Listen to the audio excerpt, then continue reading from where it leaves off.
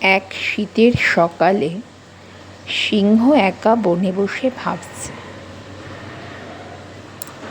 আমি বনের রাজা, আমার কি না এত চিন্তা। এই বলে এক খরগোশকে সামনে দেখল ও তাকে বলল, শোনো। হ্যাঁ হ্যাঁ, তুমি বনে গিয়ে বলে দাও, কাল থেকে সকালবেলা এক এক করে সবাই আমার খাদ্য হিসেবে আমার সামনে হাজির হবে।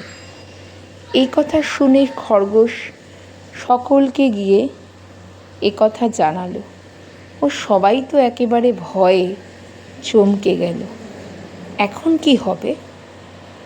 কিন্তু এই কথা শেয়ালের কানে পৌঁছালো। শেয়াল এ কথা শুনে বলল, চিন্তা নেই, কাল সকালে আমিই যাব প্রথম রাজামশাইয়ের কাছে। সকাল হতে হতেই শিয়াল ছুটল বনের দিকে।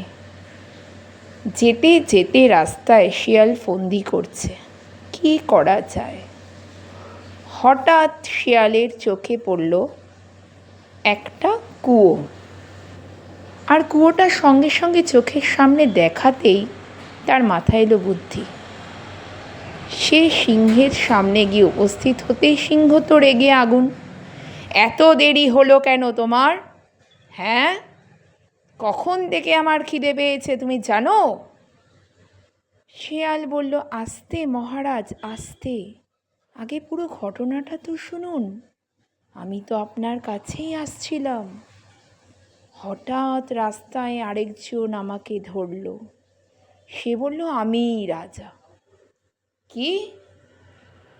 হ্যাঁ মহারাজ, চলুন আমার সাথে। এই বলে তাকে এক কুয়োর সামনে নিয়ে যেতেই সিংহ নিজেকে দেখতে পেল কুয়োর জলের মধ্যে। ও তার সাথে রীতিমতন ঝামেলা করে কুয়োয় ঝাঁপ দিয়ে মরণ বরণ